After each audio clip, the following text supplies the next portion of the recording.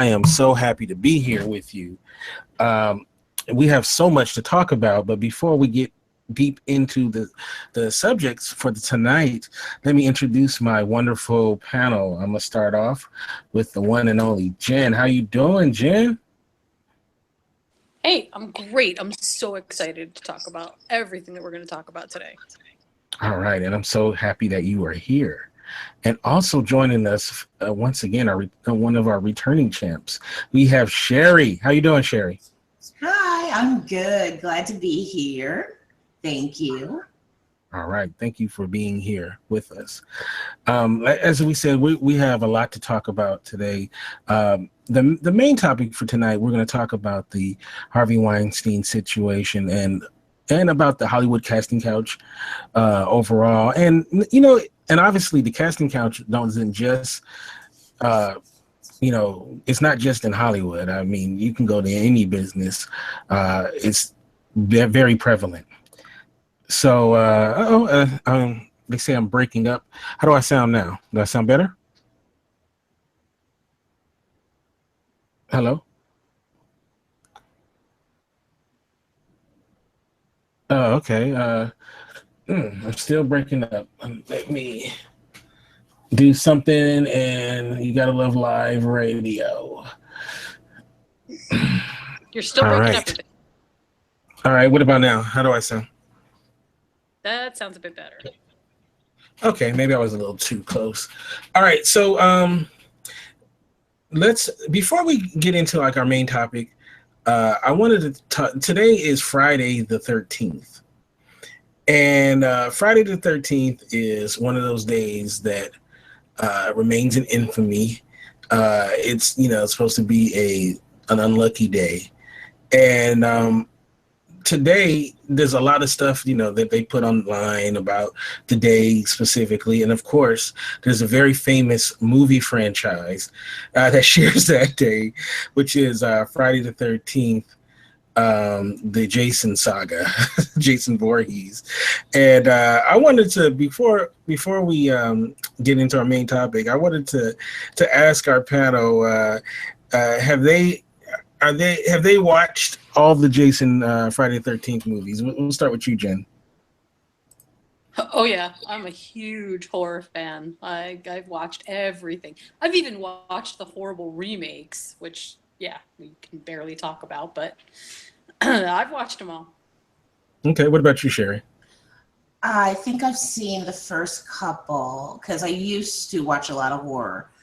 But then at some point I stopped. So I've only seen the first couple, but yeah, the minute my son had asked me, he came to me and said, well, who's Jason? Is Jason a real man? I said, no, he's a character. And of course I remember I said, Jason Voorhees. And I was like, everybody remembers that, even if you only saw the first one.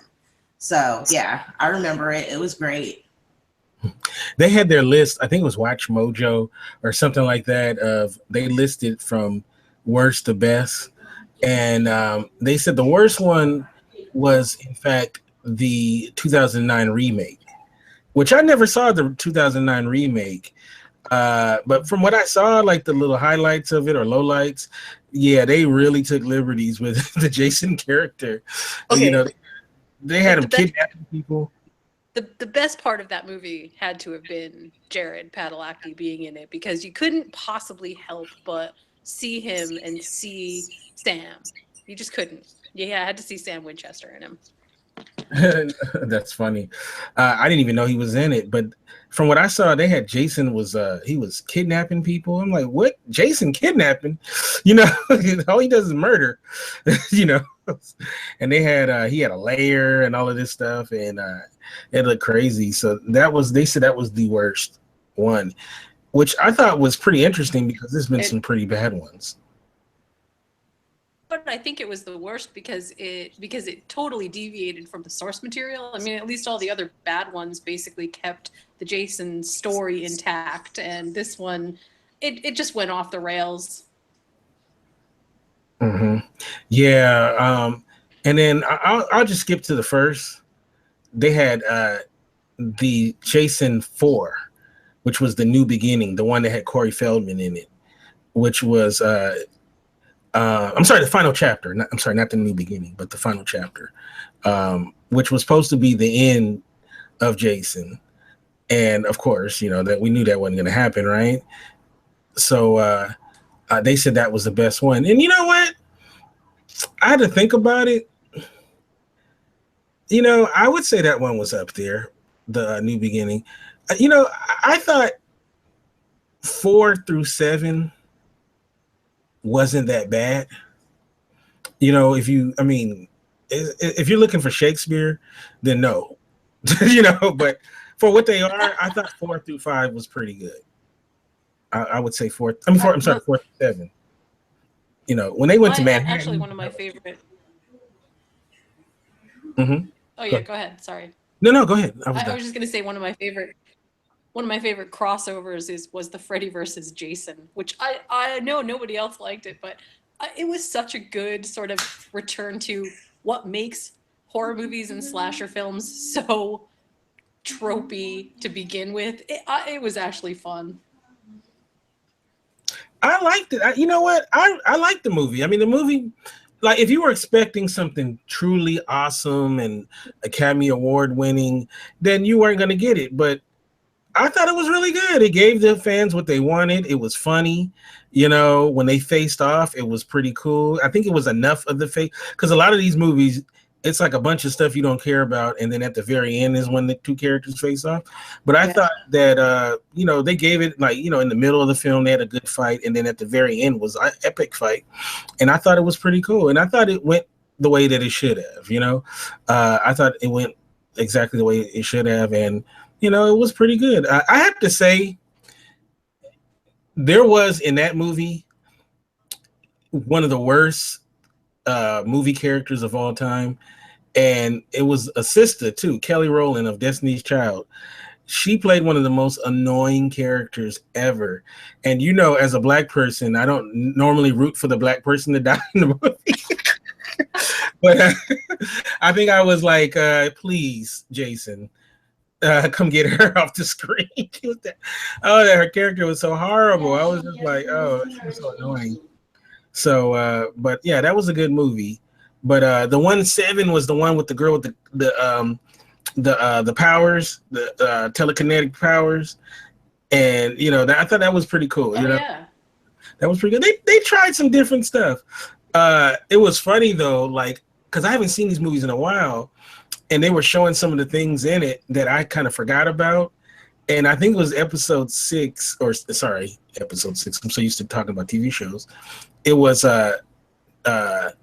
the number 6, where they had the Tommy Jarvis character open up his casket, stick him with a spike, like a metal, like spear or something, and then throw in his mask and his machete, which made no sense.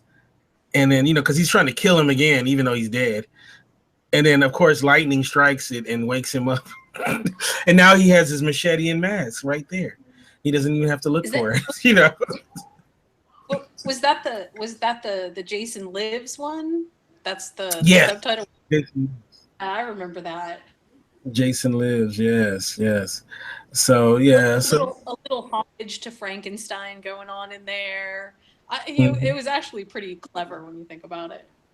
It was, and remember though, his little did you know that in the original Friday the 13th, which we all know didn't feature Jason as the killer, but his mother, but it also starred a young Kevin Bacon. He was in that movie. He was actually one of his victims in the movie. Spoiler alert. So I think that was one of his first films, Kevin Bacon. So, and of course, in the first Nightmare on Elm Street, Johnny Depp was in it. So that's a little something, in case people didn't know that. So Friday the 13th. So I would say maybe 7 might be my favorite. Do you remember which one was your favorite? We'll start with you. For me, it was definitely the first one. The first one, okay. The one that started it all, okay. And what about you, Sherry? Oh yeah. Definitely, I think the first one was the best one for me too. Yeah, I would say the first one. Now, there's a couple of things though about Friday the 13th.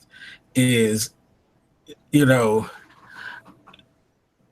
one of the worst. That must have been the worst camp of all time, where the camp counselors were too busy screwing each other to save a boy from drowning. It's like yes, they were terrible. They deserved. He needed to come back and kill those people. But it's funny though when the whole Freddy versus Jason came up, and it was this debate who was better, Freddy or Jason. And I remember, I think I was always more of a Freddy guy. And but then you're forced with the really looking at, which character you like the best. And Freddy has an advantage because he talks, right? And he's funny and he does the one-liners and stuff. But the thing though that maybe go over to Jason, because when you start breaking down their backstory, you actually kind of feel sorry for Jason. He was, a kid with, what did he? I think he was he like retarded? He had retardation or something like that, or he had special needs or something to that effect. And he was, he's like a victim. He's like the story of the wimpy kid who comes back to get all the bullies, right? So you can kind of feel sorry for Jason on some levels, right? Freddy was just a sick bastard child molester, it's like, why would I root for Freddy? You're like, when you start going into his background, you're like, forget Freddy.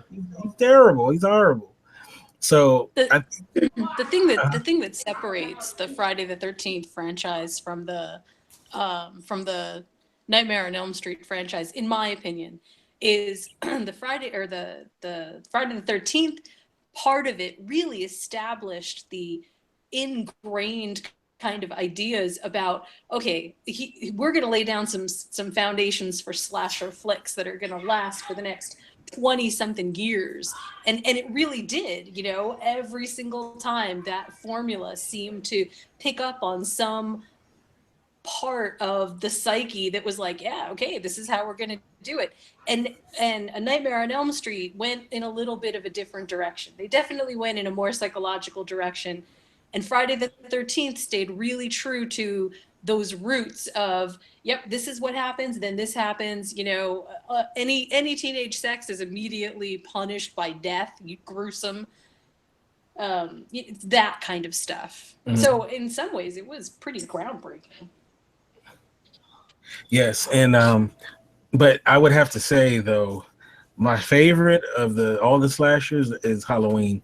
I think out of I would say Michael Myers, and I would say out of all of those movies, Halloween, Friday 13th, and Nightmare on Elm Street, Halloween 1 is by far the superior of any of those movies put together. John Carpenter's Halloween is so good. I recently watched it like the end of last year again, it's like one of those movies that it still holds up. It's a very well made movie, and I think that movie suffers. The sequel suffer from not having him. I don't remember seeing Halloween. I don't recall ever seeing that one. But something funny. Back then, how good a horror movie was when I went to watch it with friends is whether or not it had this ability to make you talk out loud to the screen. Do you remember that? You remember you'd go to a movie theater and there'd always be those people that would talk out loud to the screen where you'd be like, shut the heck up. Well, that was me and my friends. We talked to the screen all the time. And Friday the 13th, we did it. It was always like, you're going to get killed. What are you doing? Run. But Freddy, I couldn't get into Freddy because Freddy was that one that made me think somebody's going to be invading my dreams. I did not like Freddy Krueger for that reason. I don't need to go to sleep thinking somebody's going to invade my dreams. No, that ain't cool. Not at all.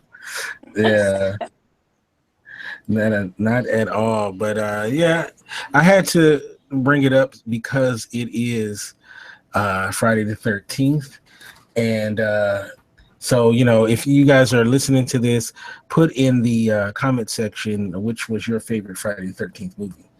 So one more thing before we get to our main topic tonight, and let me ask you guys a question. We've talked about a lot of different topics on this show, and I don't know. Do you ladies like to go out every once in a while, or or maybe at a function, have a drink? Yeah. Yeah. Yeah. All right. Let me ask you a question.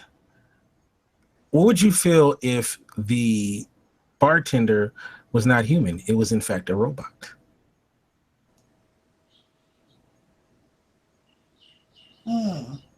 Would you have issues with letting a robot make your drinks for you? I wouldn't. I would have issues with it, but then I just for a moment there went back to a place. I went back to a moment just there because I've been ages ago to clubs where, there was the hot, cute bartender and it was an added bonus. But there'd be no added bonus for me, although my drink would probably always be right. Hopefully, right? Yeah. The drink would always be right. I don't know. It would be impersonal. I like it. I like it being personal. Well, I'm gonna read an article. It says with the gadgetry worth of a James Bond movie, the bar of the future has arrived in Las Vegas, and you don't have to be a spy to get your martini shaken, not stirred by a robot. 2 robotic arms have replaced bartenders at the Tipsy Robot at the Miracle Mile shops. They can't listen to your woes, but they promise to make you the perfect cocktail. The Tipsy Robot, which opened, this was in July, claims to be the world's first land-based bar to deploy robot bartenders. If the technology sounds vaguely familiar, that's because it has been used on Royal Caribbean cruise ships. I didn't even know that. Yeah. Here, using tablets, guests select their drinks, which could be as ordinary as gin and tonic or fancy as a signature cocktail. You pay the tab by swiping your credit card or giving cash to a human employee. It takes the robot 90 seconds or less to prepare each drink, each beverage, even if they need to cut a slice of lemon or lime as a garnish. Once a cocktail is ready, the guest's name appears on a large screen. Patrons then scan a QR code that has been sent to their cell phones to collect their drink. To communicate with a robot, that's the fun part, said the owner. The robots are here to be an attraction and entertainment, and entertain they do. When not busy making drinks, the robotic arms dance to the music being played. Plus, the potential for human error is eliminated. The robots are programmed to blend precise quantities and put exactly the right amount of booze, mixers, and ice in the 12-ounce plastic cups. Take, for instance, a galactic grapefruit, one of the Tipsy Robot's custom cocktails. To make it, a computer tells the robot to mix 7 parts of ice with 2 parts of Casa Dragons, 2 parts how you say this? Vagans mixer, 1 part club soda, 1 part Sprite, 1/2 of part Fruitations grapefruit mixer, and lime. Guests can create their own cocktails, blending booze from among the dozens of bottles hanging from the ceiling, with 16 types of fruit syrups and soda.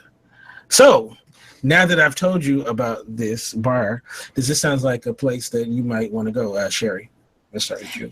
Yeah, you know what? Because I would like to be there that night when there is a malfunction and it's making a drink that is one of those flaming drinks. I want to be there the night that malfunctions because it's going to be pretty funny.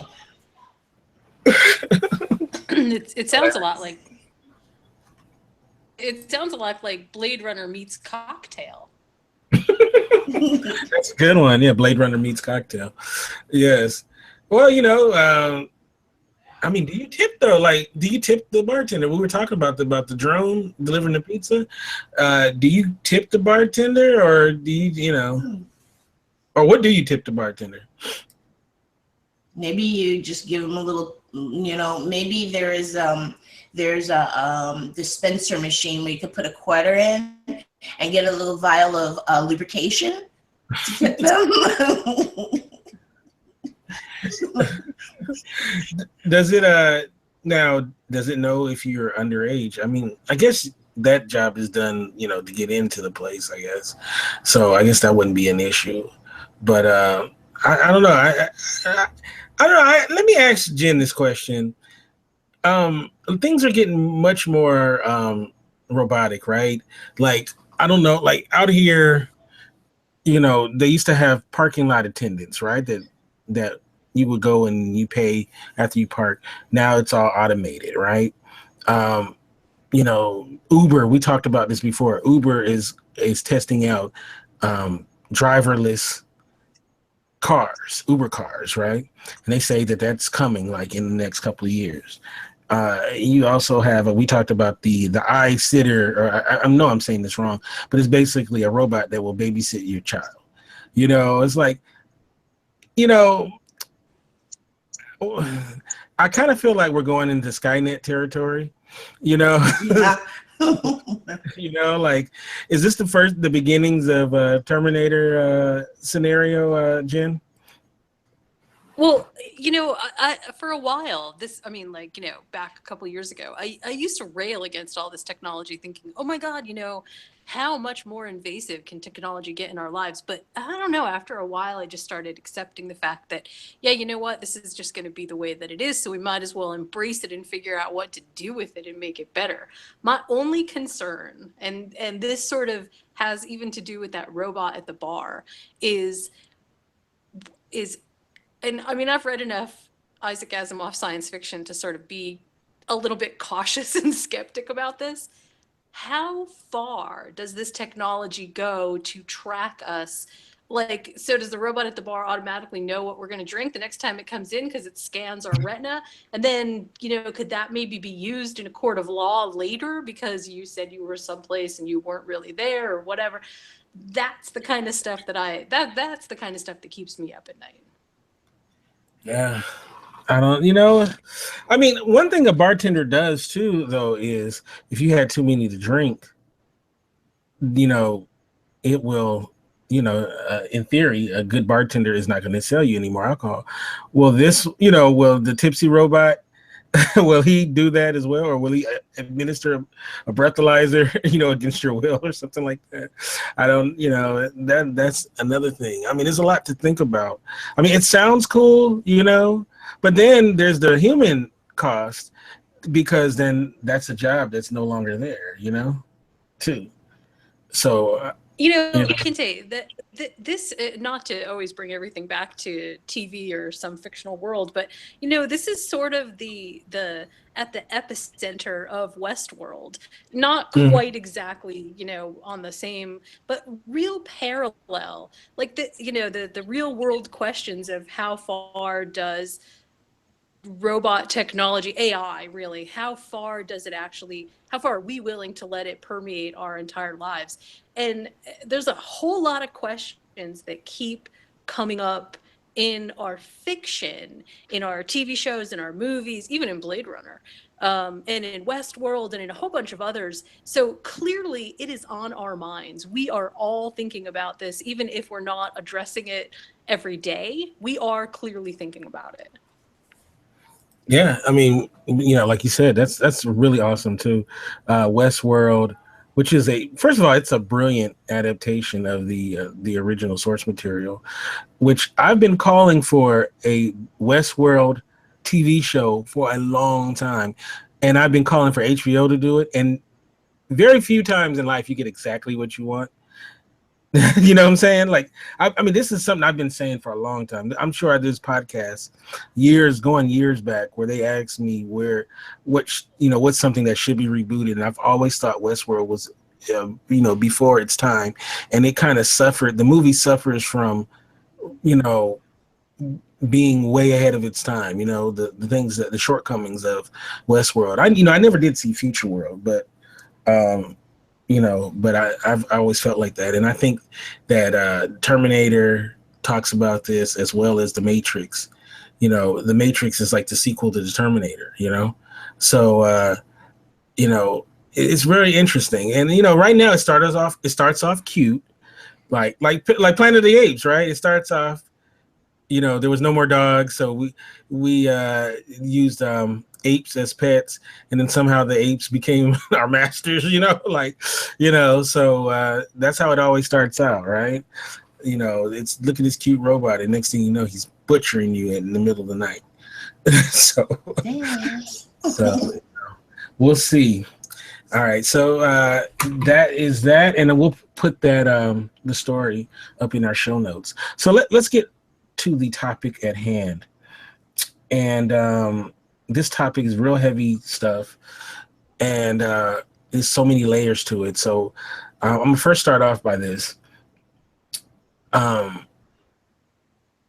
There was a movie studio that really rose to fame in the indie market and became major, called Miramax. We are very familiar with Miramax, right? And they produce films like Pulp Fiction, Clerks, Good Will Hunting, Shakespeare in Love. I think they even did Nanny McPhee. I believe Dimension Films was like a subsidiary of Miramax, and that produced like Scream and, just like, really awesome movies. The English Patient. And they won, countless Academy Awards, launched careers like Ben Affleck, Matt Damon, Gwyneth Paltrow cited Miramax as pushing her career. And, they did amazing stuff. And at the forefront of this company are two men who are brothers, Bob and Harvey Weinstein, and who now front the Weinstein Company. And Harvey Weinstein has been known for a couple of things. He was known for being, an awesome, producer, as far as, finding the right project to bring to the screen, and also, launching careers. And he was also known as a real hard ass, a guy who doesn't take no for an answer when it comes to his work. He's also known as a liberal philanthropist, giving a lot of money to liberal causes and whatnot. And so I'm saying all this to say this. It was pretty well known that he's an asshole. Like, I mean, even people who didn't know about, the sexual abuse that's now being chronicled, it was known that he was an asshole. And it's not known exactly how big of an asshole that a lot of people knew, but they knew he was definitely that. And recently it's come out that he used his power, his wealth, his influence, star-making power to, one, sexually assault women. There's, some women are claiming that he raped them. He did, just really horrific things.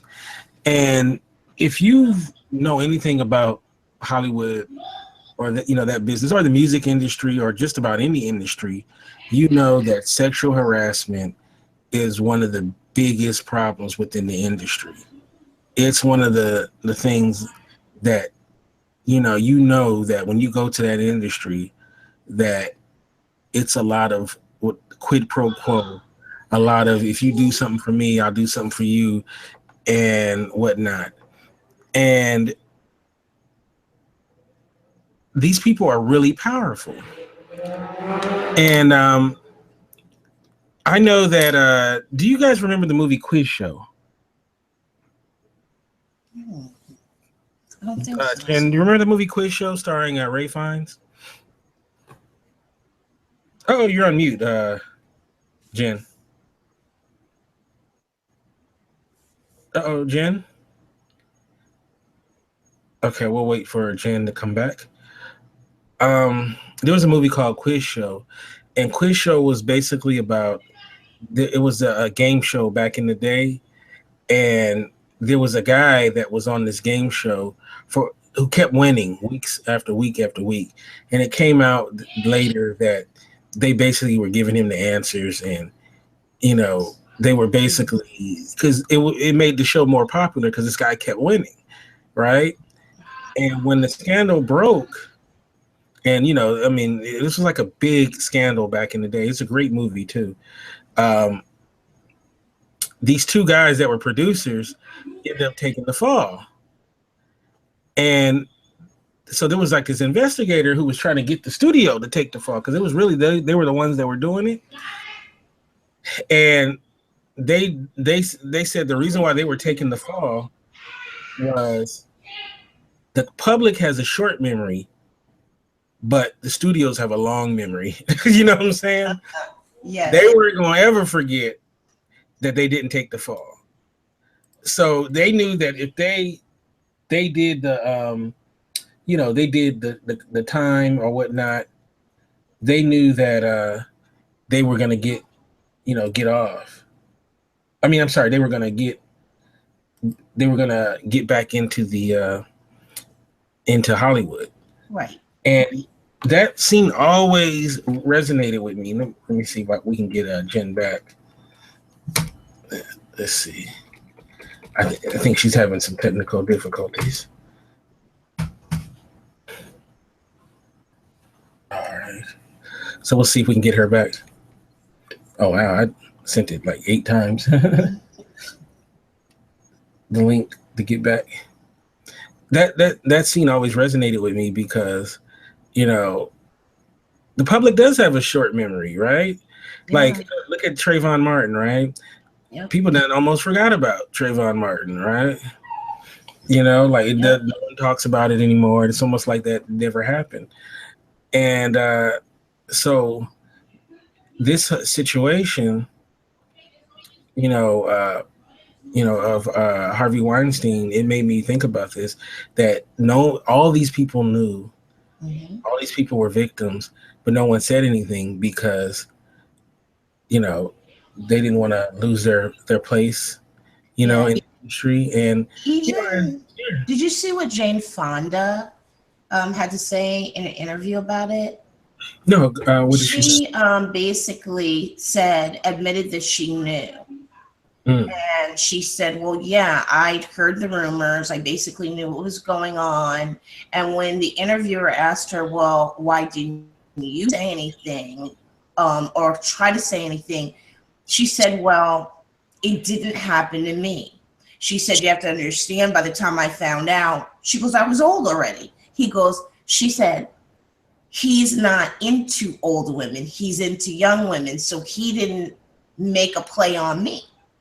So she basically said, I didn't think it was really my place to tell it, my place to try to come out, because he didn't make a move on me because he's not into old women.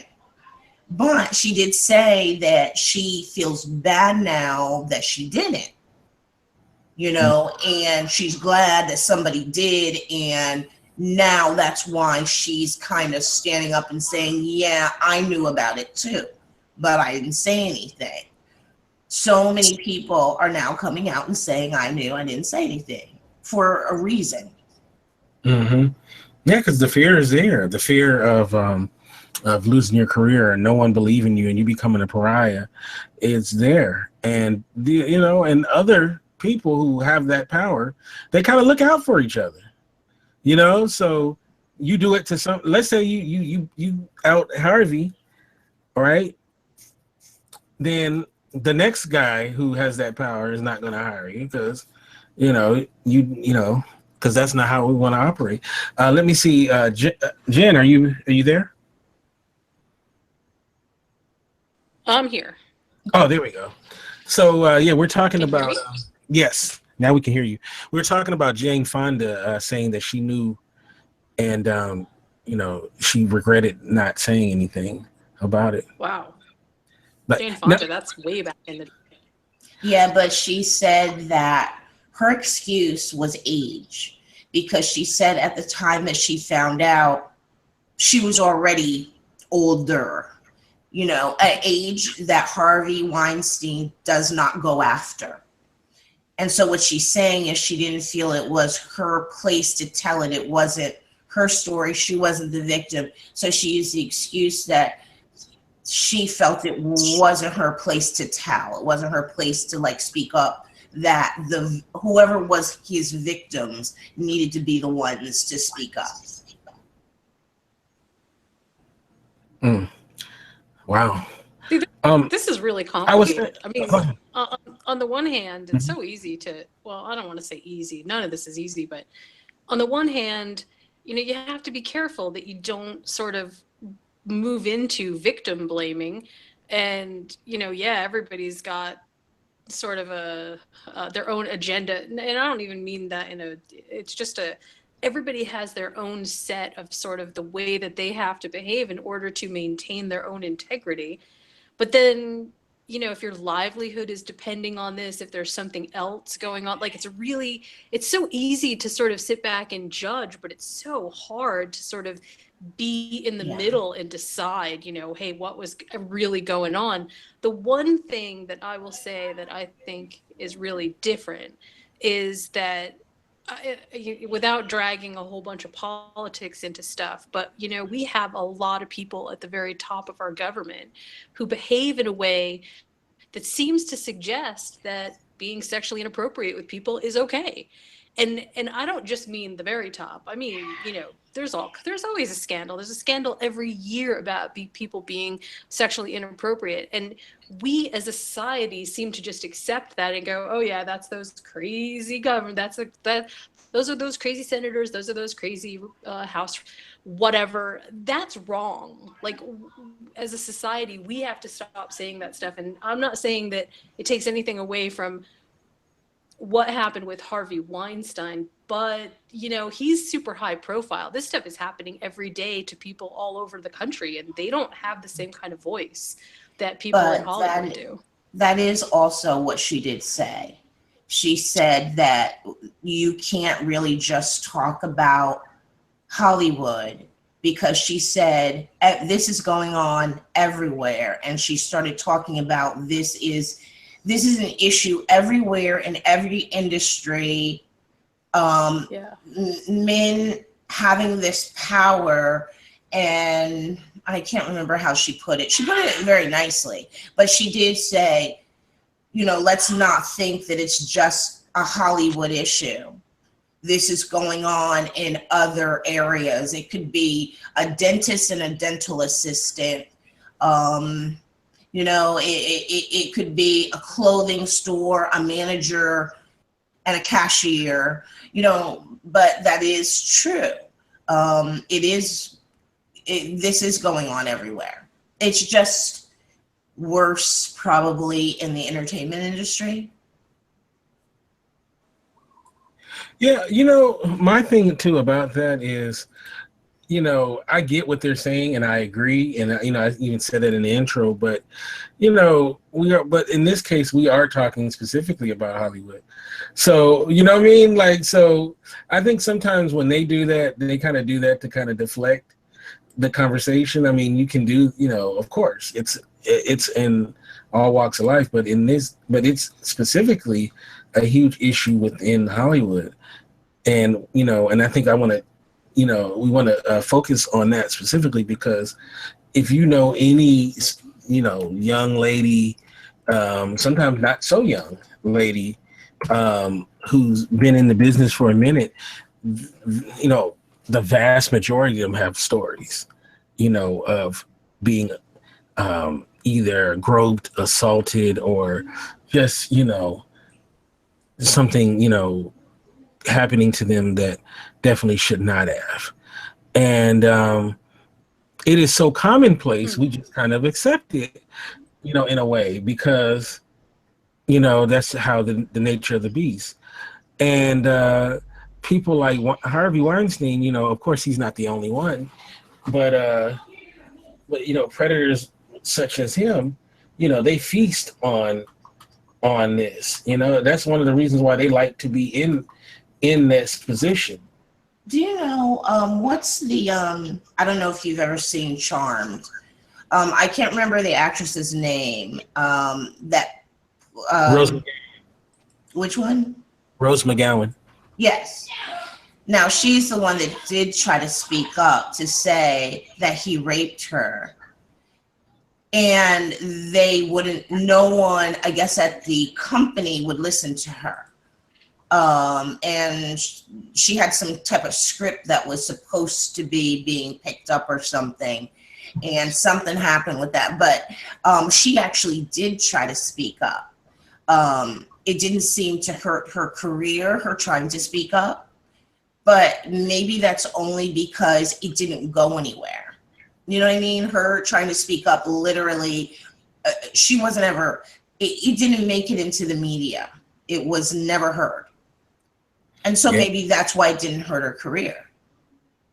Well, also he would kill stories. He killed stories with the media because he had that kind of pull. So a lot of the times when stories were going to come out, he had the power and the influence to have those stories killed. So, that's what he was able to do. And there's something that I saw on TMZ of all places, and TMZ's been doing some interesting reporting on this, where he signed a new contract in 2015, and the language in the contract essentially said that he could sexually harass somebody as long as he was willing to pay a fine. So the first time he did it, he would pay $250,000. The second would be $500,000, and I think the third was like $1 million or something like that. And it's like really grotesque. And it had all these things that if he did, he essentially would be okay as long as he was willing to pay for so whatever. He basically signed the contract and went, here's my first $1 million. Pretty much, yes. Yeah. So when Bob Weinstein sits there and says he's shocked and appalled by his brother's actions, it's like, dude, you paid off like 8 different women. Don't act like you didn't know. Right.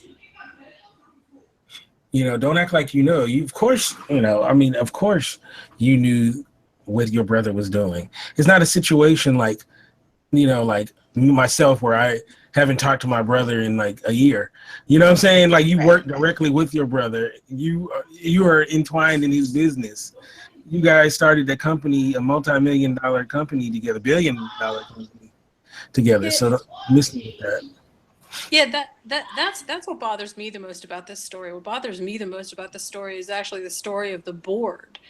For them to act so, oh my God, after everything came out was really disingenuous, because we already know that they must have had access to the financials. They must have had access to know, sort of like, despite the fact that everybody just sort of quote unquote knew what was happening, it's still, the board has such an incredible, I have to agree with one of the articles that I read. I think that they should just dissolve the board. Figure out what to do from there, but dissolve the entire board. It's not enough to just fire the guy. I think you actually need to restructure. I really believe this, that some of the worst people in the world are enablers. Like, yes, you have the person that commits the crime. You have the person who does the dirty deed. But then a lot of those people have enablers. They have people, whether it's in their family, whether it's their board, whether it's HR or whatever, that enables them to do the crap that they do. I'm going to veer off from Harvey Weinstein for a second. we'll get back on there. But I posted in the event. I don't know if you guys seen it, but the last couple of weeks I've been watching this YouTube channel quite a lot called Screen Junkies, and they do this series called Honest Trailers. And I'd seen Honest Trailers before, and I liked it. But oddly enough, like the last 2-3 weeks, I've been really watching it a lot, right? Just, it's very funny. If you haven't seen an Honest Trailer, just check it out. It's very entertaining. And I started watching the other things they had other than Screen Junkies. And I come to start to, to really like their cast. I think their cast is really awesome. And the creators of Honest Trailer, who is the main content creator for Screen Junkies, is a guy named Andy Signore. And, I started really liking, I thought he was funny. He seems like a nice guy and everything, right? So the last week, I noticed that in my subscriptions, there was no Screen Junkies content. And I thought that was strange, especially because the fact that the Star Wars trailer came out, right? And just to let people know who may not know, the screaming in the back is Sherry's son. He's playing video games, so he's not getting murdered. So don't worry. Not yet. Not yet, buddy. So if anybody's like, I can't believe you're doing this show and some kid is back there getting murdered. But just in case people were wondering, that don't worry, it's just a kid having fun. But no, so when the Star Wars trailer came out and there was nothing from Screen Junkies, I thought it was kind of odd, right? Because it's very nerd centric stuff, right? And they always jump on all of these things. So I'm doing my research about Weinstein, and then someone mentioned, and they fired Andy Signore from Screen Junkies. I was like, what? I was like, what? I mean, I just started really watching it. So I went and typed his name in, and I started reading all these stories, and it come to find out, dude was a mini Weinstein. And the only reason when I say mini Weinstein, because he didn't have, he wasn't as powerful in the industry but he was, powerful because he ran Screen Junkies, which was a big YouTube platform. I'm talking about big platform. I think Lionsgate is one of their backers and stuff. So apparently Andy, who presented himself as Mr. Rogers, I have a wife and kids, and I just love my wife, and we're going to go watch movies together and all of this stuff. Apparently, this guy was a raging asshole. Excuse my French, even though that wasn't French. He was sexually harassing his female coworkers. He was, propositioning them for sex. He was saying that if you have sex with me, I'll put you on Screen Junkies. One woman that worked at Screen Junkies, her boyfriend was an on-air personality and behind the scenes, and he threatened this guy named JTE. He threatened if she told on him about his harassment, which had been going on for a while, that he would lose his job, that he would have him fired. And the claims went that he apparently had this dildo that he kept with him, and he would try to forcibly, this is a little vulgar, but he tried to stick it in women. He tried to stick it in them basically against their wills. And this guy was just way, this guy was crazy. And HR tried to keep him. They tried to keep him, but it just got too much stuff came out, so they had to let him go. Right. And they didn't want to, but they knew they had to. And the thing is most of their content came from him, mainly. So he was considered, like a commodity that he just couldn't let go, right? And that was why it took them so long finally to let him go. But it just speaks to that Harvey Weinstein was up here, right? Then you have this guy, Andy Signore, who was a YouTube, on the YouTube level, and he exhibited essentially the same pattern of behavior. Even his even went to the fans. That he would try to proposition fans, for sex, and it really speaks to at all levels in the industry, this is going on. And another person that I don't know if you guys know, I didn't include this in the show notes, is I don't know if you guys know Harry Knowles of Ain't It Cool News. He had to step down. He had to step down because of the same thing. If you know Harry Knowles, so and there's a couple of other people as well. So it really speaks to at all levels. So you're thinking, okay, well, I guess I won't start getting harassed until I get to Sony or Lionsgate or no, you get harassed on all levels of the industry. It's not just at the top. He was sexually harassing unpaid workers. People that weren't even getting a check. So I just want you ladies to speak to just this cesspool of behavior. We'll start with you, Jen. What do you think about all this? This is insane. Well, I'm going to backtrack just for 1 second and say the thing also that just bugs me to death about the Harvey Weinstein thing is that if you read the articles about what he personally takes culpability for, it's like, he says on the one hand, oh yeah, I'm such a sick person. I have this disorder. I have this sex addiction. And please give me another chance. If you just give me another chance, everything's going to be okay. And in my head, that to me is like handing the keys of your brand new SUV to somebody who's convicted of drunk driving 16 times. There's just the logic in this just doesn't make any sense. But this is how it works, right? Power has such a huge influence on I think on the entire entertainment industry. But I would also like to say that this one's big, but I know that there are people in Hollywood that do not do this. I know that there are people that behave with the integrity that we would expect for a normal person to behave with.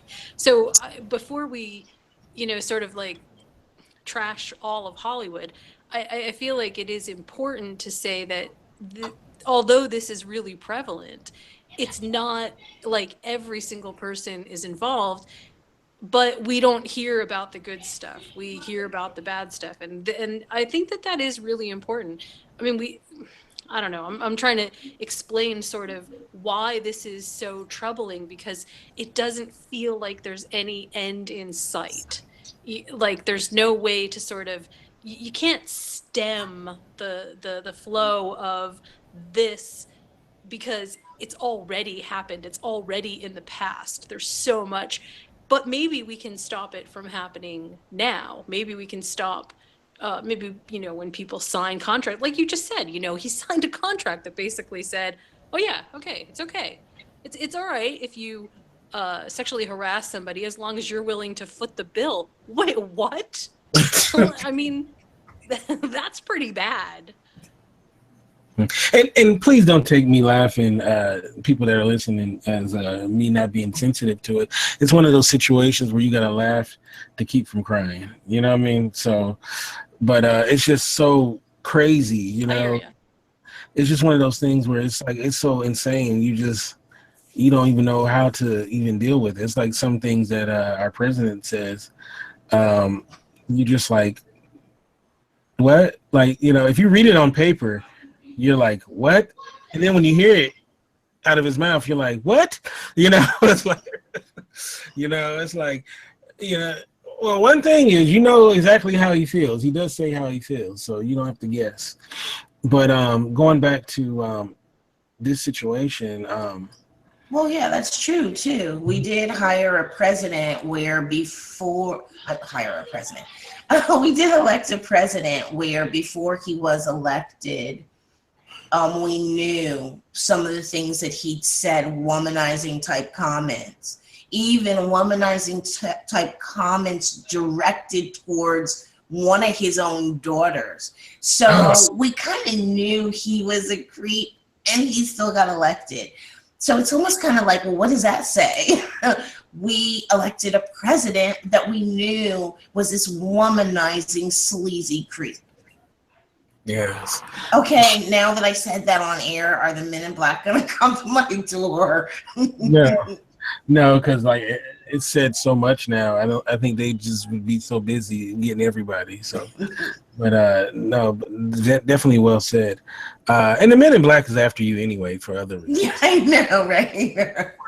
It wasn't just the Trump stuff. It's the other stuff. They're out for you. Yes. But and something I want to get to, and this is not to by any means demean any woman who's gone through such things, but I think it's important to put this on the record as well. Terry Crews said something interesting, and also actor James Van Der Beek. Terry Crews talked about a year ago, he was at a Hollywood function and a high-level executive groped him in front of his wife. And he talked about how he, wanted to beat him up, but thought better of it, and him and his wife left. And I remember I was talking to a friend of mine, and she's like, I don't believe that. I mean, look at him. He's big. But these people are so powerful, they get off on that. They get off on, especially an ultra masculine type man, of making him submit to them, sometimes sexually. So, so there are men that are getting it too. And James Van Der Beek talked about the guy from Dawson's Creek. I think it wasn't he Dawson on Dawson's Creek. I never watched the show. I think so. I think he's the main character, right? He talked about how older men, especially when he was younger, would corner him and try to make him have sex with him. So, and I've talked to a lot of male actors who have stories, very similar stories to the ones that we're hearing from the Weinstein. And I'm talking about, I'm hearing these over the years. So this is not just like all of a sudden they're coming out of nowhere, where men have talked about how producers, had them up to their house, and he's thinking, we're two guys, and he's, they're talking about, you want this part? Do you really want this part? You know what I mean? Yeah. So, Well, and did you hear about Shirley? I read an article about Shirley Temple. Oh, yeah. And them saying the real reason why she got out of, film and acting was she was constantly being chased around some executive's desk. Right. Mm-hmm. Yeah, it's very sad. Yeah, and she's a baby, and we can do a whole show. On the pedophilia angle in Hollywood, and Corey Feldman, came out and said the biggest problem in Hollywood was pedophilia, and there's this great documentary called An Open Secret. That's definitely something we could definitely talk about, because that's a huge thing as well, and because the other Corey killed himself in Canada, right, over this.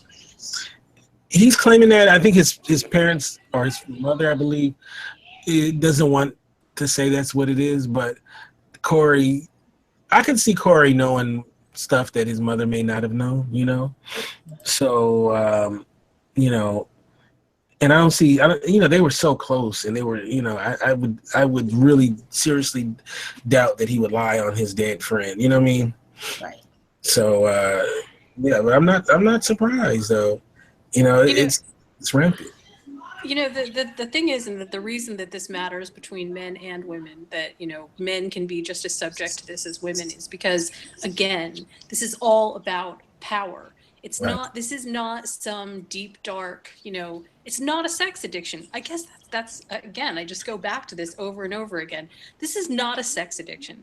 This is about people using power in inappropriate ways, dangerous ways that actually influence other people's lives for the rest of their lives. And every person who has a story of sexual harassment can pull it up in their head, with most of them with vivid detail, because huge moment in their lives. And that is the core of why Harvey Weinstein is so incredibly, this is why it's so disgusting, because it is one of those things that's like, we will probably never know how many people were actually affected, because it was just such, the guy had so much power. And I don't know how to divest that sort of feeling of having that power over so many people, but somehow, we have to come to that. Again, I think it comes down to the boards. I think the boards, there has to be something that says, if this happens even one time, that there are measures that get taken that do not include payouts. I mean, in some ways that just sort of baffles me. Why in this day and age would you pay out to keep someone silent when we don't live in that kind of society anymore? Maybe that worked 40 years ago, but today, I don't see how that's even an effective strategy. So, yeah. Yeah. But people are still getting paid, and then what makes it worse is there are some people that do tell a story about getting, or getting abused when it may not be true, and they are just looking for a payout. And it's easy for them. It's easy for them, the people who do the paying out, I think, in a way, to have that cognitive dissonance, to say, oh, she just wants a check. That's what she wants. Here's some money, oh, you'll take the money, you'll go away. Oh, nothing really happened. I think that's their way of rationalizing it in a way to where they can live with it, if you will. And there are people that are full of boo-boo who are not really, victims. And to me, they're,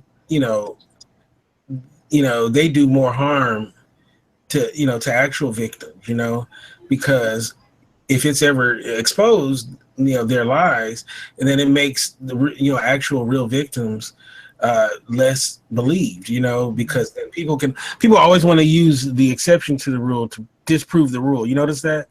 It's like, oh, well, there was that one person that was not, truthful, so that means everything is not true, So, but yeah, I do find it interesting, and I want to talk about the hypocrisy angle, because, we're going to talk about everybody's favorite punching bag, Ben Affleck. Ben Affleck, who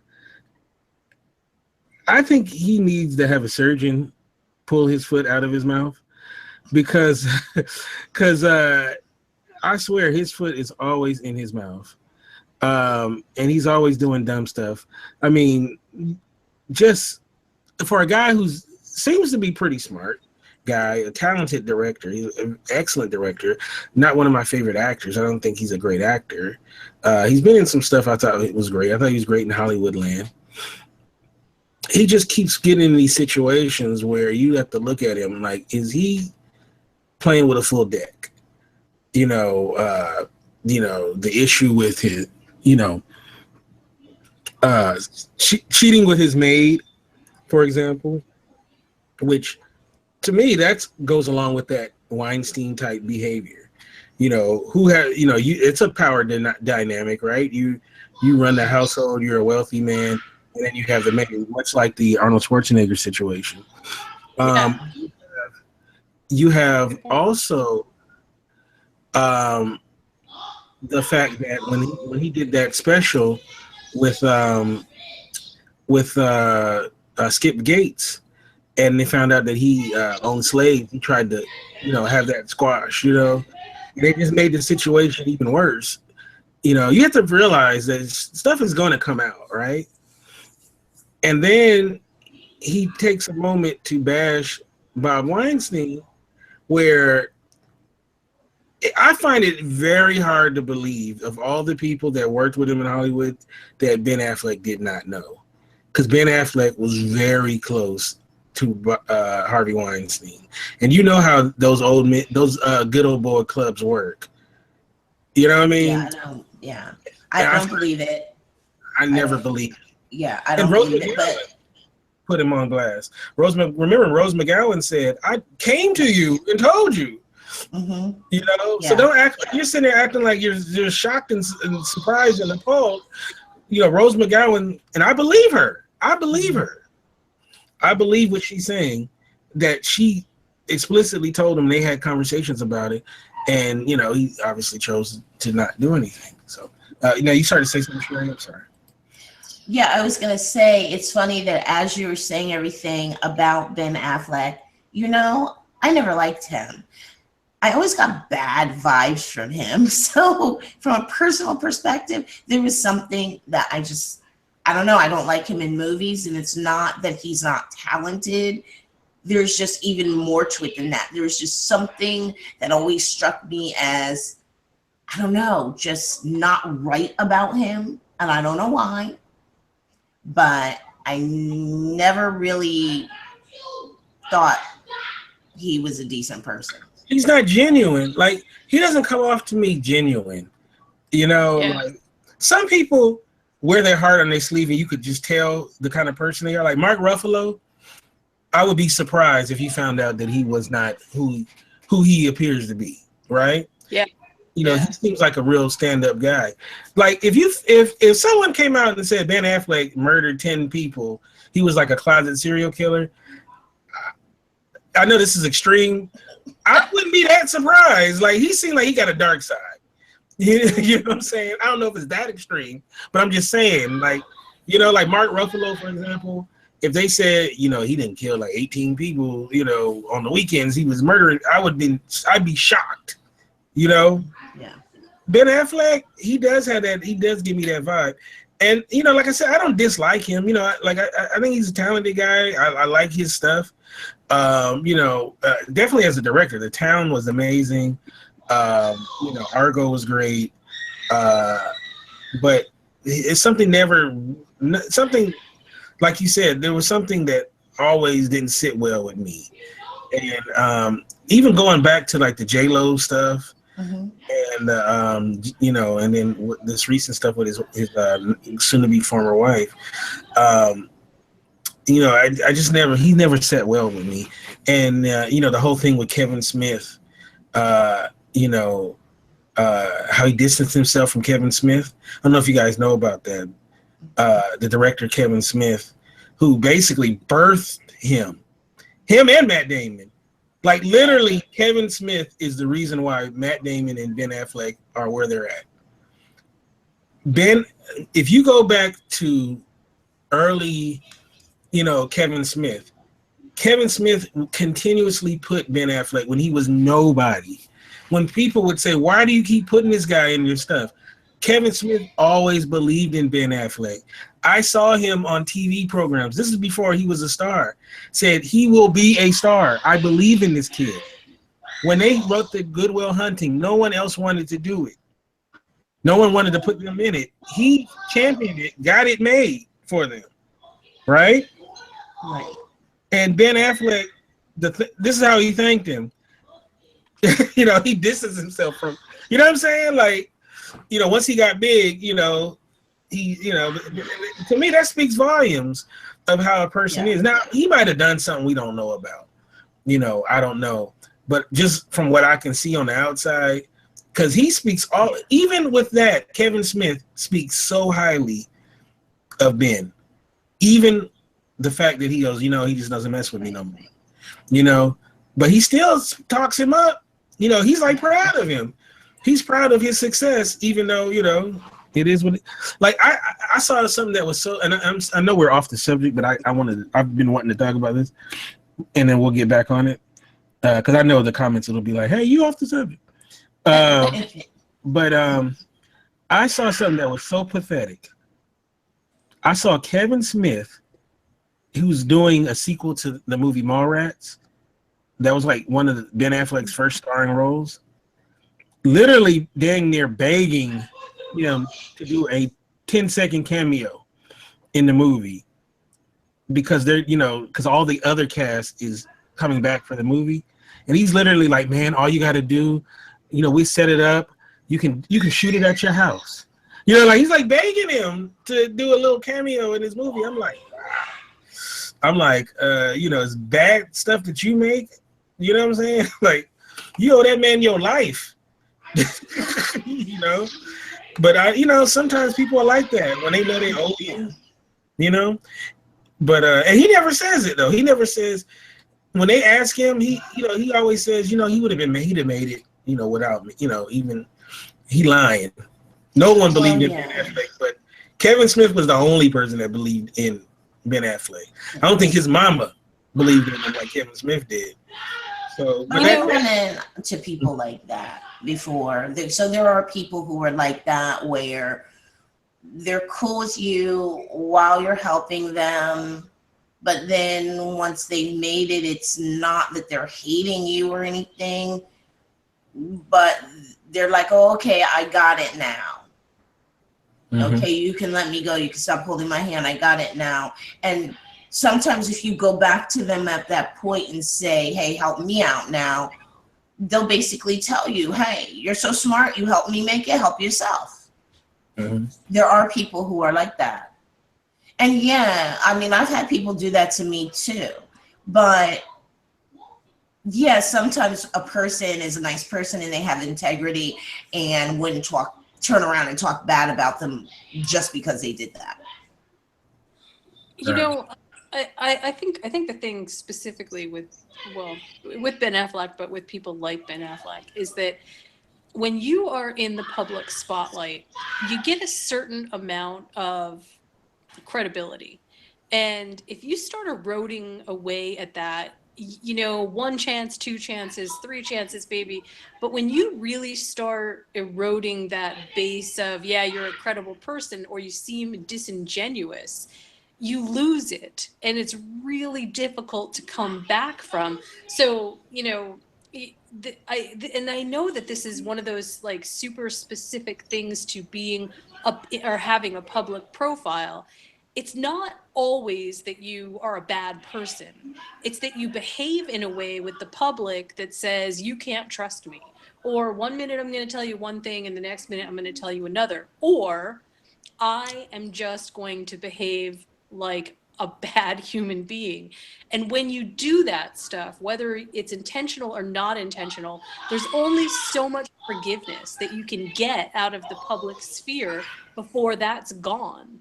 And then you don't get a chance to get it back. And some people really pick that up and get it and learn from their mistakes.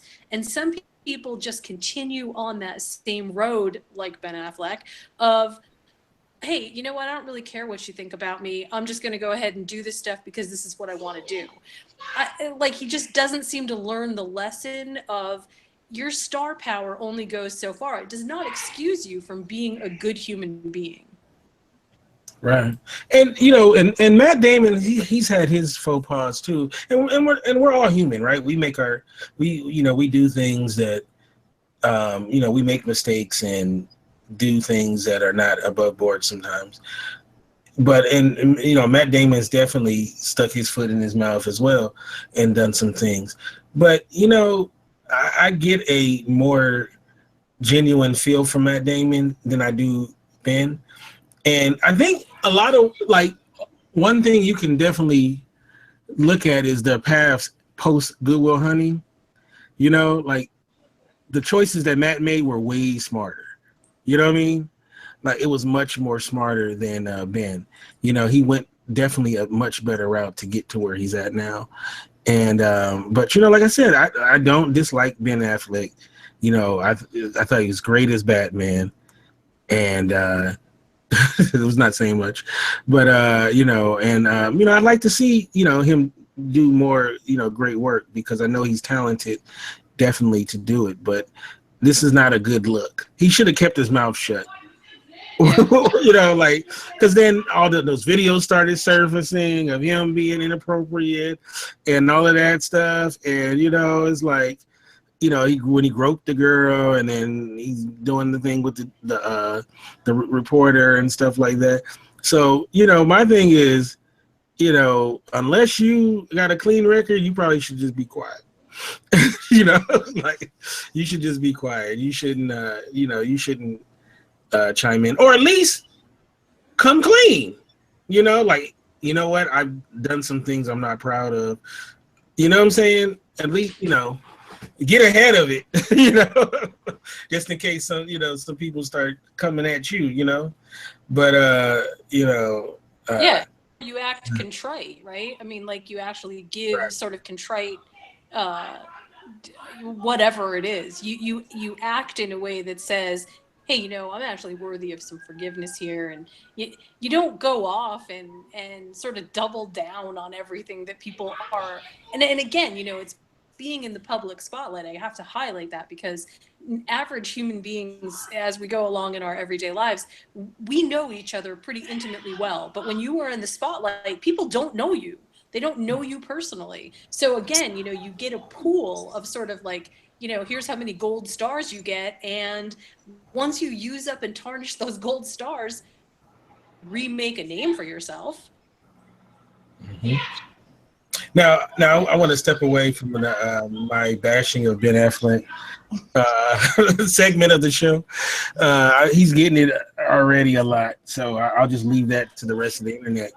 But you know, there's this whole thing about who knew what and who knew that.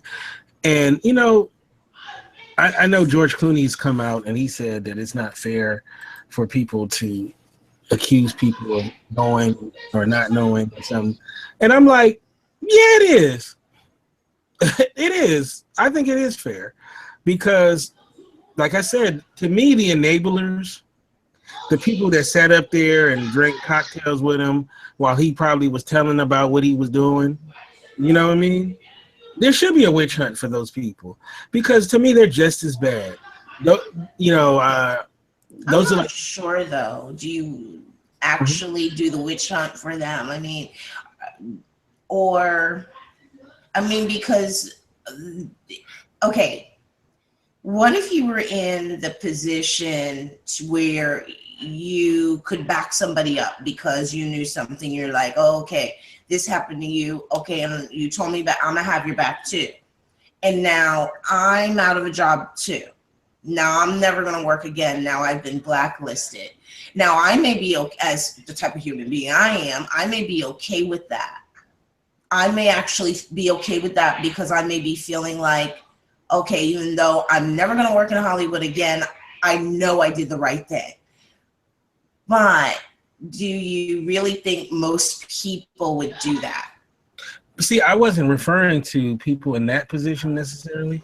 I was more so referring to people who are on like his level or somewhere close to where they could do the right thing and it's not going to affect them that much. Like those people, I would say so. Oh, okay, you mean like executives? Yeah, or like a George Clooney, for example. I don't know how much he wouldn't have known, but using him because he said it. Like George Clooney could do that. He could do that. He's in a position to do that. Brad Pitt, who both of apparently Weinstein wanted women that slept with Brad Pitt because he went after Angelina Jolie and Gwyneth Paltrow. He probably went after Jennifer Aniston. That's just me saying that. I don't know if that's true or not. But before someone says that I'm saying that happened, but I'm just saying though, he knew. Yeah. He knew. He could have said something. But I see them as a part of that now. You know what I mean? Right. They're no longer who they used to be. They're like, you know what I mean? You don't know. That's my problem is don't come out now and be like, man, I can't believe. Like, you knew. What are you talking about? Don't act shocked. And you know what? There's that video that now is resurfacing. And Jen, tell me if you know what I'm talking about. Where I believe it was the Oscar nominations for like best actress or something like that. And the comedian, Family Guy, Seth MacFarlane, he read the nominations of these ladies, in this category. And then he says, congratulations, ladies. This was in 2012. He said, congratulations, ladies. Now you no longer have to pretend to be attracted to Harvey Weinstein. And everybody in the audience laughed because they knew what he was talking about. Did you see that clip? I didn't see that. Yeah. So Yeah, because everybody Come on knew. now. I mean, then also the same thing with the 30 Rock stuff. The 30 Rock stuff surfaced too, where there were a bunch of jokes that were not innocently made, slipped into the script, because that's how iconic that is. Yeah. And you know what, Kente, you're totally right. It's when people are in a position, if they do it, then this is where we have to somehow set the record straight. And to me, it becomes really difficult to make the differentiation between the abusers and the people that encourage people to be abusers simply by enabling those people to continue to be abusers. How is that any better? Right. Like I know a guy who, he's a black guy, but he's like very light skinned, right? He's not even mixed, but he's just very light skinned. And he used to be a caddy in Utah, of all places, right? And he would, be a caddy, and a lot of people assumed he was white, right? And he wouldn't correct him or anything. So being that they thought he was white, a lot of the men that would come there, and mind you, there's no black people even around, they would say the most insulting things about black people and use the N-word and talk about how they hated black people and all that stuff, right? Now, mind you, the person that's telling me this is not like a militant brother. He's a guy that, the reason why he was in Utah, because he was with his Caucasian friends. He was like the only black person in the group, and they were backpacking all through the United States, young men doing, and, so it's not like he's like this militant brother who, sees racism everywhere or something like that. And he said they would just talk this crazy, racist talk. It happened so often, but he would never say nothing, right? And then the thing that sent him over was one day it was these two white businessmen, and they had a black guy with them who was a businessman, and all three of them were golfing together.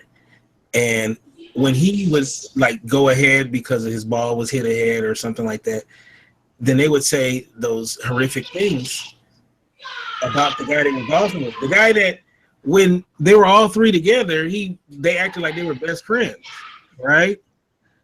And then when he wasn't around them, they would say, "Oh, the N-word, this N-word, that." So he couldn't take it no more. So he tells the men that, I'm an African American, and then they got quiet. So they cut all that stuff out, right? So this young man, he was, in his early 20s at this point. So at the end of the day, his boss calls him in and tells him that they were letting him go. And the reason why they were letting him go was because he didn't disclose that he was black. So he allowed them to not know that he was black and put their foots in their mouths. And now they don't feel comfortable coming back because they feel awkward now because he heard all this conversation. So they were, important paying clients. So the boss was like, I can just get another caddy, so they let him go. And I think he was saying how this was like the first time in his life where he really saw like racism, because before, he hangs out with white guys and, and all of that stuff.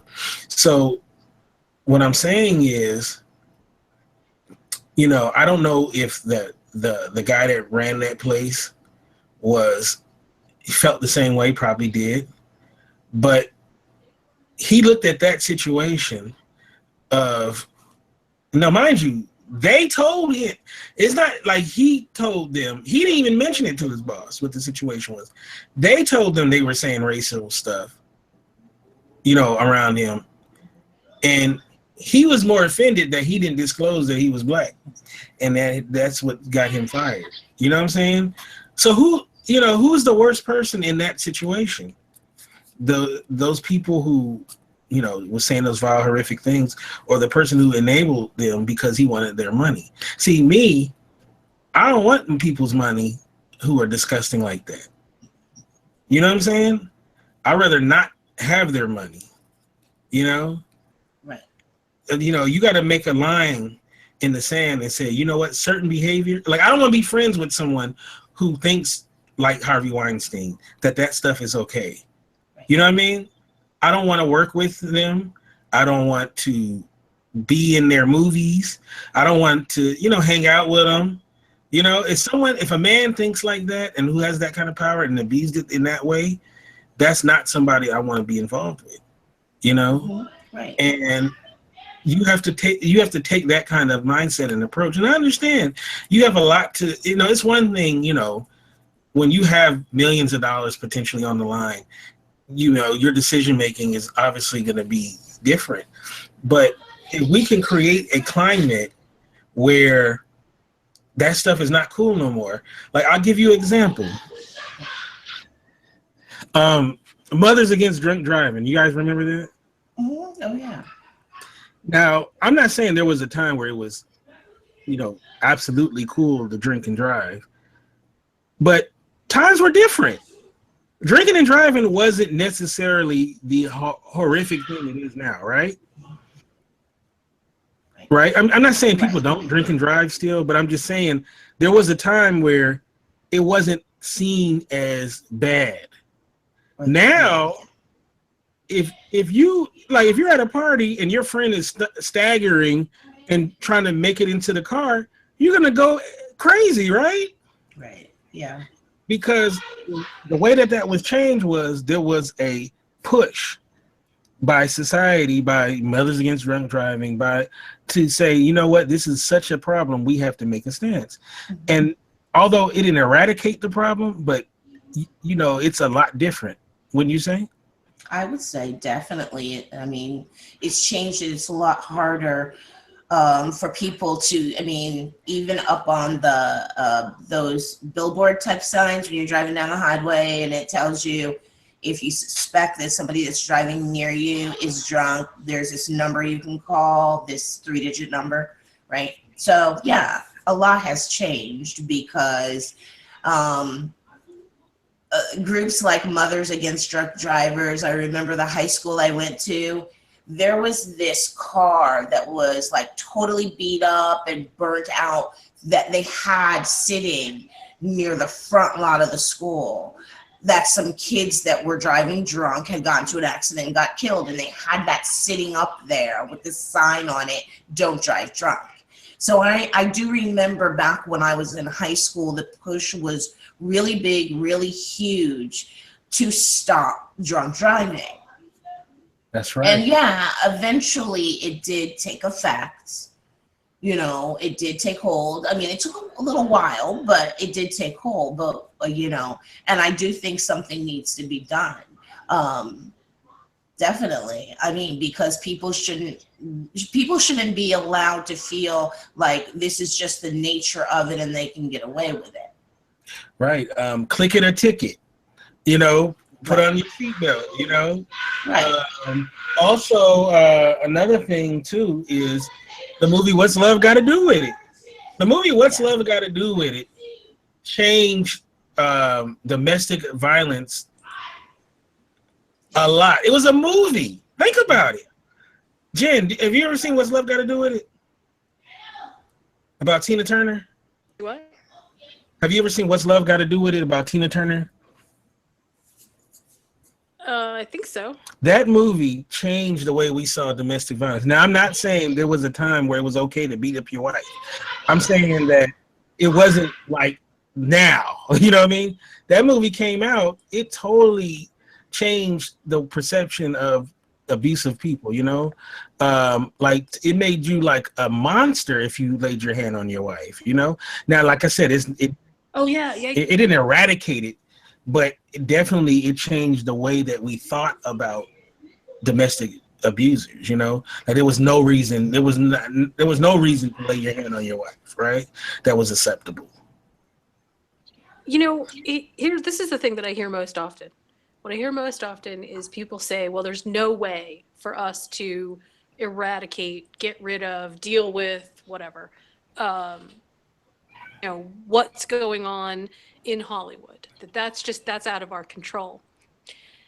And part of the reason that I said what I said at the very beginning, although it wasn't related specifically to Hollywood, is this has to start as a societal movement, right? We have to tell Hollywood specifically.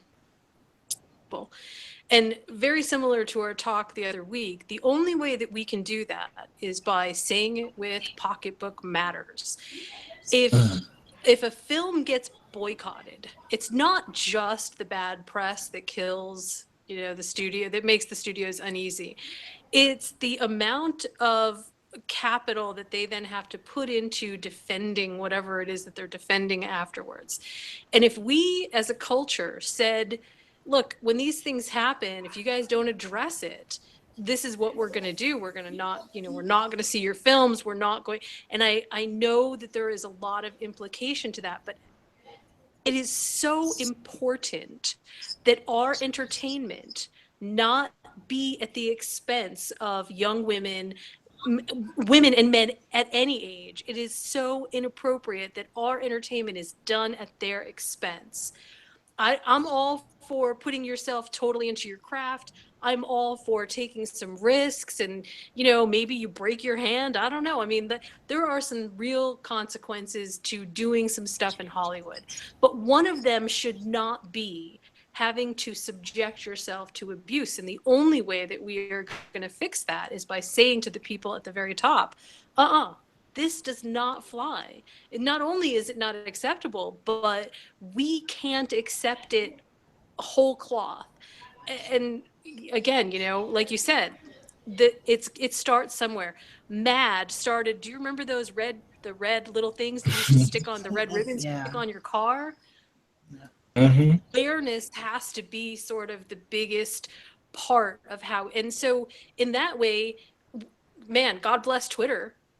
Because all of the people who come out on Twitter and can say this stuff and put voice to what's happening, we need to actually look at that. We need to look at what is going on without conferring judgment, but also conferring judgment on the people that need it conferred on. Does that make sense? No, it makes perfect sense because it's real. A lot of times, and I'm been real judgmental tonight, and please forgive me. I'm a judgmental type cat, but sometimes though, to be honest, to be fair, unless you're in that situation, it's very hard to decide what you would do. Now, I'm the kind of person that like to believe that if I'm in a certain situation, I'll do the right thing. But I think we have to leave some room for that. So to be fair, right? Yeah, for sure. But if my thing is like this, is the time is now. Like, I like the fact that some of these other guys are being exposed. You know what I mean? It seems like some of the walls are closing in on some of these people. Now, are they going to get everybody? No. Are there some people that's going to escape because they're in a situation where, possibly they can't be touched? I don't know. You can possibly, but the more people they can bring down and make this stuff stop.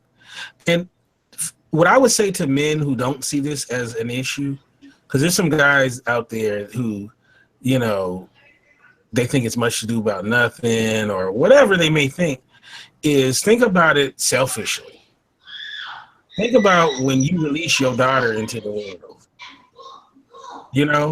I mean, because that's the way that we can always get people, to see things. Like, be selfish about it.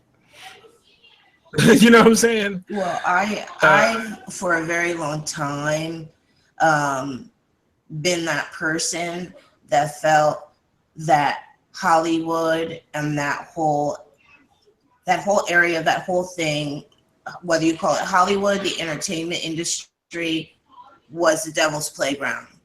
I've been saying that probably for more than 20 years, that's how I felt. And that, I can remember telling friends 20 years ago how, I always kind of wanted to be an actress because I used to model and I did theater acting.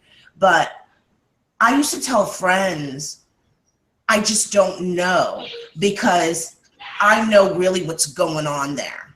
And I don't know if I can, knowing who I really am, I don't think I can really make that move and stick both feet in something that I know is not good. Mm-hmm. But some people wanted it bad to the point where they weren't willing to make the sacrifice something that they knew they were meant to do and would be good at. And I don't think anyone should have to sacrifice it. But we are living in an era where not much stays hidden. You'll notice for the last, 10 plus years, how easily things have been coming to light in all areas and industries. So I think that things are going to continue coming to light because now people are kind of getting more empowered. They see something like this happen. They see people start to speak up. I think it's going to help this to kind of keep going. And I think that we're going to have more instances of people being put out there and, you know what I mean, their crap being, put in the news and then being called on it. I think there is going to be more and more of this Harvey Weinstein thing happening, which is good. It's great. Because like I said, I know too many women who can definitely relate to this story, and it's sad. It's really sad that that's not something that you want for anybody to have to, to go through. So, like I said, think about it. Why we haven't heard more stories about, you remember Lorena Bobbitt? Oh, yeah. You ever wonder why in these instances we don't hear about more people like literally losing it and doing something like that? You know what? If somebody decided to lop off a person like his junk, and I'm not let me first say I'm not a big proponent of chopping off the member as a guy. But, in his case, you know what? I might have to be okay with that. But, let's not make this a thing, though, ladies.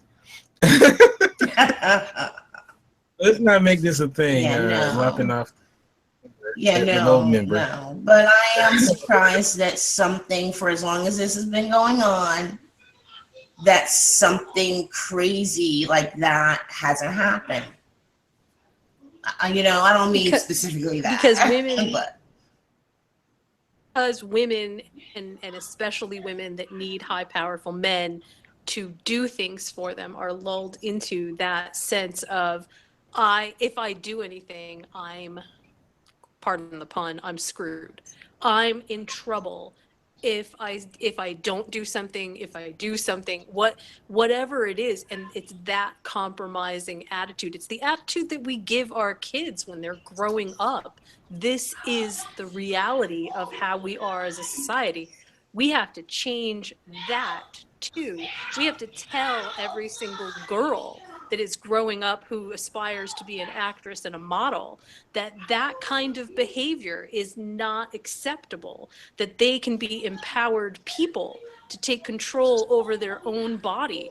And I have to say that, saying that sounds great in my head and it makes me really proud. Oh yeah, this is, but the reality of it is when you're in that situation, I can't say that I don't think that people who are normally very empowered people do not cave into it because the power is just so big. Well, I was actually talking about not all these people are stable. Not everybody who is out there acting is a stable, emotionally and mentally stable individual. But in all this time, you know what I mean? That's what I'm saying. I'm saying I'm just kind of surprised that in all this time, somebody who kind of was on the edge there hasn't totally flipped. That this hasn't pushed some woman over the edge. I mean, think about it. The pressure they're already under. I mean, if it was me, I can't even imagine where my head would be at. And I'm a pretty stable person. I just find it hard to believe that this hasn't totally like pushed somebody over the edge and made them so unstable that they did something drastic. You know what I mean? And yeah, people, that women need to be empowered, but sometimes they're so busy trying to, get ahead, make it, to show the people who didn't believe in them, who didn't believe they could do it. It's very hard. In that industry, a lot of your friends are already, even your friends are telling you, oh, it's going to be almost impossible. You're not going to be able to do it. They're trying to show people that they can do it. They don't want to then have to turn around and feel like, oh, now I'm going to go and, not that I say I look at it this way, but oh, now they're probably thinking I'm crying about this and I'm whining about how tough it is for me. No, a lot of times they're probably not speaking up because it's already been hard enough, their own friends not believing they can make it. Right. No, you're 100% right. I definitely agree. Yeah, I mean, a lot of people, like, they come out here. Yeah, your kids are being murdered by Jason.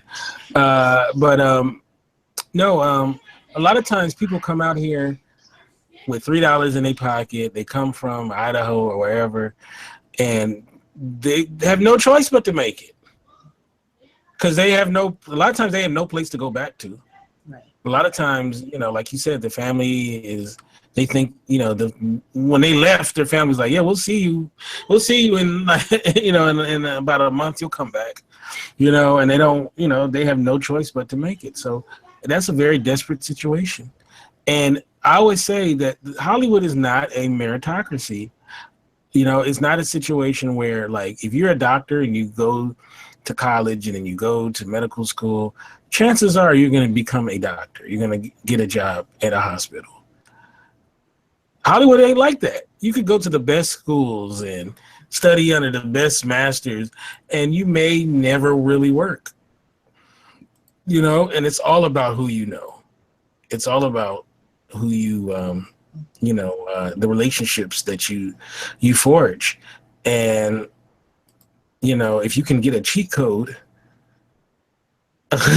which is, maybe sleep with the right person or whatnot, then, some people take it and other people, unfortunately, are forced to do things that, they would ordinarily not do.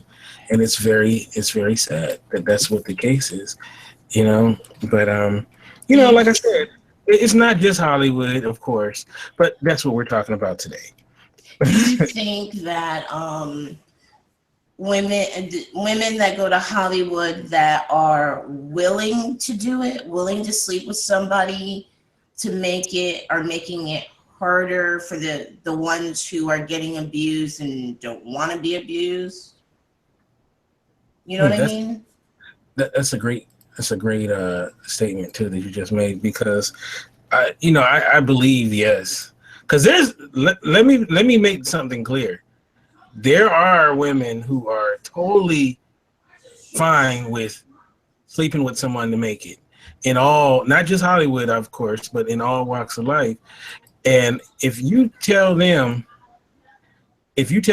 what, I just got to sleep with this guy and I can make it, they'll do it. And unfortunately, some people who probably deserve it lose out to people who are willing to do it. And there's men that are willing to sleep with whoever to make it, as well. Let's be fair. That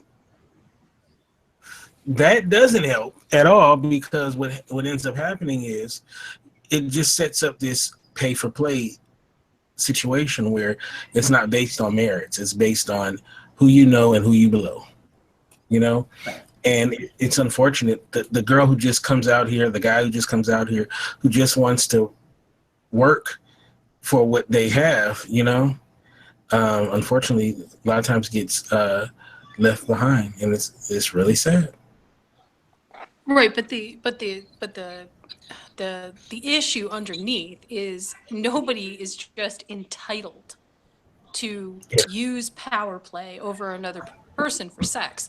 That is the big thing. And I don't just mean I don't mean just sex in and of itself. I mean using that power dynamic in whatever sexual overtone is there. Sexual harassment is systemically always about having one person having power over another. So whether one person is let's say that you had a relationship where you were willing, and then you move on to another person, and then that person you're just expecting that, well, they're going to behave like the person that was willing.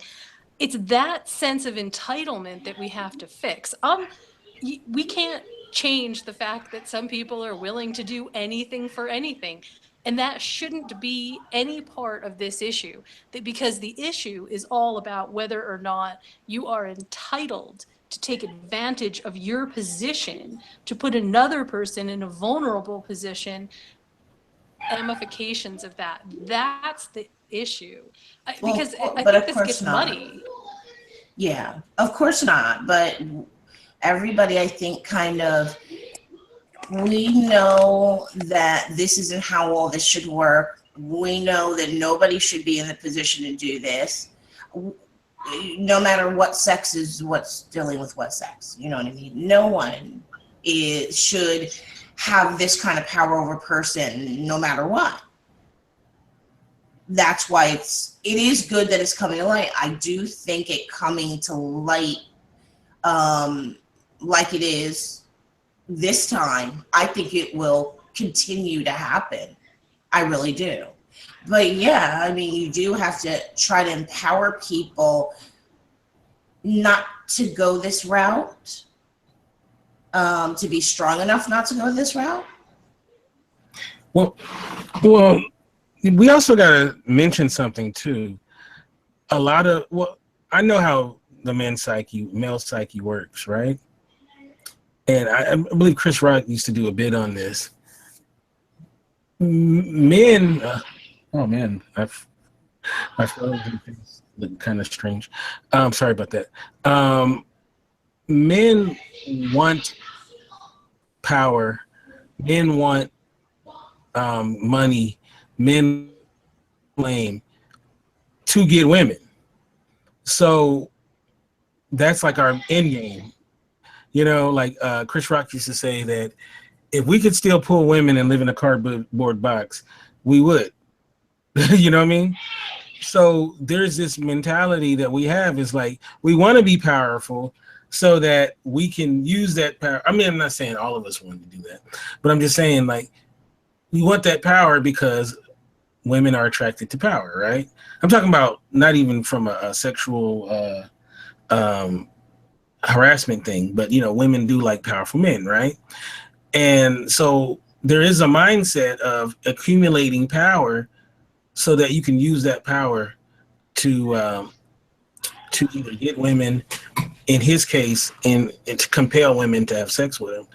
And I think that's, you know, part of the issue there, you know, is the mentality, which is, you know, going back to even the guy Signore from Screen Junkies.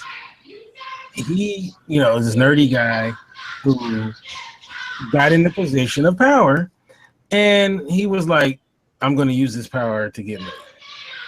You know, most guys said, if you ask most guys, what would they do with their Jedi power? If they had Jedi power, it's something sexual. You know what I'm saying? So it goes into the psyche, you know. It goes to the psyche of how people think, you know, it's like I can get power because then I can get these women to do what I want or whatever like that. And that's part of the issue, right?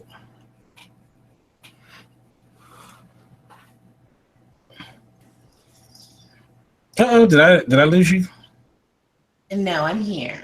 Okay, I was about to say, wow. I don't know. Are you saying it's a testosterone thing? No, what I'm saying is, I'm not making excuses. I'm just saying that's part of the mindset for a lot of us men, is we want to accumulate power so that we can use it to get the opposite sex. Yeah, I mean, I guess I understand that. I mean, I'm not. Um, I mean, I've never been necessarily attracted to somebody just because they had power or, but I don't know. It's like I've seen it where it'll be like behind the scenes at McDonald's. The guy who's like the head manager is getting like all the ladies. It's like because he's the boss. Like believe it or not, I've seen it even on that level. And it's really interesting. It's a very interesting dynamic, and I noticed that women seem to be attracted to men in powerful positions. Yeah, there's a reason that the phrase power is seductive. It's not just about the power. It's about what the power does for you. Mm-hmm. It does. Right. Yeah. It's like, of course I want to be president, and then I can get all the women to come to the White House and sleep with me. So I guess that's why they say with great power comes great responsibility. So yeah, I don't think that not everybody that has power is abusing it, but it's crazy because what makes it so unfair is that all it takes is a small percentage to abuse power to just ruin everything. Mm-hmm. That's LBJ, the president, LBJ, he used to say at state dinners, his come on line to women would be, "You want to do something for your country?" Oh my goodness. It's pretty clever and creepy at the same time. Yeah, it is kind of creepy. It's kind of creepy. But one of the first defenses that Weinstein gave was, well, I'm a guy from the 60s and 70s, and the rules have changed, and I'm just somebody from that era. I'm like, I'm so sick of people saying, well, Grandpa, he's a racist because back in those days it was okay. Like, no, it wasn't okay then, and it's not okay now. Like, no, there's no excuse. I don't want to hear, oh, well, like somebody said, that reporter who accused Cam Newton, the football player, said, what he said about, he kind of disrespected her, or he disrespected her. And then when they found out that she had these racist tweets from like 3 years ago or whatever, the excuse was, well, she was only 20 when she wrote those. It's like, so like that's no excuse that she's only 20. Like they put 14-year-olds, they tried 14-year-olds as adults. Like what are you talking about? 18-year-olds go to war. Someone being 20 being too young is not an excuse. I just don't agree with that. But it's really interesting what people will use to defend BS. But we've come to that part of the show that we have to say goodbye. This was such a great show. I mean, we could continue on forever, but I know that you guys got to go to sleep and I got to eat. So I'm going to start off with you, Jen. How can people get you in social media? And is anything going on with the blog? Is it up and running?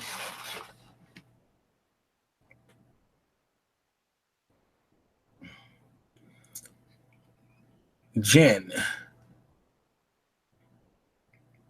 Okay, we're having some technical difficulties.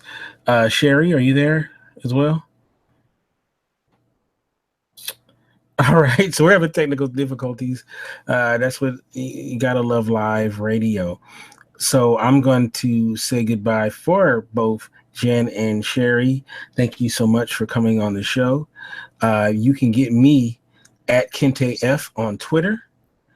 And you can get Sherry at Jen at Following Bliss 1. I don't know Sherry's Twitter handle, but we'll put it in the notes. Oh, is that Jen? Yeah, that's me. Oh, okay.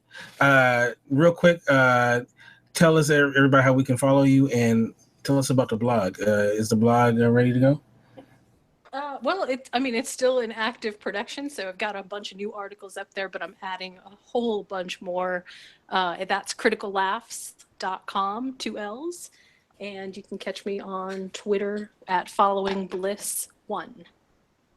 When are you going to do the expose about, Kente being such a great basketball player? Right after we hang up this, I am totally going to get right on that, Kente. It was been on my mind for months now. That smells like bullshit. I thought she sounded sincere, though. Oh, right. I did. I thought she sounded really sincere. I love you, Jen. Not in a sexual harassment way, but in a oh, you mean, did you really go there? Not in a Harvey Weinstein way? Yeah, not in a Harvey Weinstein way, okay? I love you and I'm a Christian and I love everybody.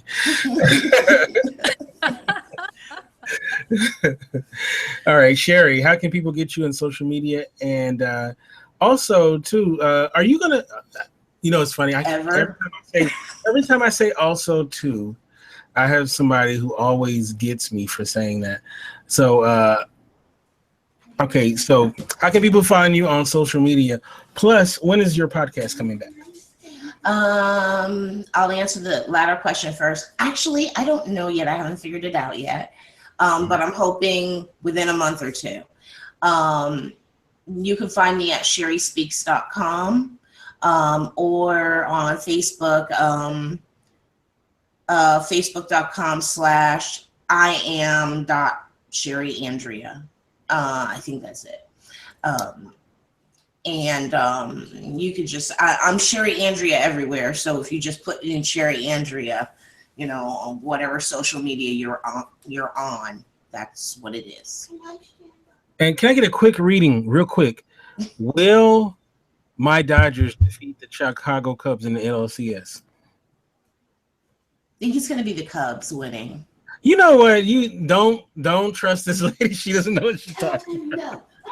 Okay, I'm just telling you what I'm getting. I'm seeing the Cubs on top. Whatever. I did. I'm sorry. I got your back, Kente. I got your I'm sorry. I don't think the Cubs. But let me say, I could be wrong because I haven't been that great in the past at when people, ask me who's going to win this, am I going to, make money or lose money if I go to the casino? I haven't been good at reading those things. So I could be wrong. All right. Well, real quick, I'm thinking about switching to Geico. Should I? No, I'm just playing. No, geckos. Geckos bite. There's never not a good reason to switch to Geico. I mean, come on. That's just a no-brainer of a question. You should have led with that question. We could have had an entire podcast about just that. Gotta love the gecko. All right. So they're not paying us. So you can get me at Kente F. You can go to that's on Twitter. You can go to our website. Which is indyiradio.org. Right now, unfortunately, our website was hacked, and they're currently working on it. Hopefully, in the next couple of days, the website will be up and running. So if you go there, and it's right now, currently, you can't go to the website. That's what's going on. So I hate it. I hate hackers. They suck. So I just wanted people to know, because people have been asking me, well, what's up with the website? It was up for a while again, and then they had to come down. So that's one of the sucky things about having a website. Every once in a while, they will attack you. So, other than that, you guys have a great rest of your Friday the 13th, and of course your weekend. And Harvey Weinstein, if you're listening, I just want you to know that I am a huge fan of all the people that are condemning you right now. So rest in hell. And we will see you next time right here. Oh, next week we're going to be doing the top 5 fictional movie U.S. presidents. So on TV and movies, by the way. So if you like David Palmer from 24, if you like, Air Force One, Harrison Ford's character, or maybe you're a big fan of the president from Deep Impact, played by Morgan Freeman. We're going to all have our list, our top 5 list, and we're going to go one by one. So Jen, have your list of your favorite movie and TV president. So it could be either one. It could be all movie, it could be all TV, it could be a mix mash. Sherry, if you want to jump in and have some fun, we're going to be going through our favorite movie presidents. So I already know who my number 1 is, but I will not say it until next week. But it's very interesting. So that is next week. We're going to do a lot of top 5 and 10 lists coming up, as well as topics. So but we'll see you next week. So peace and blessings.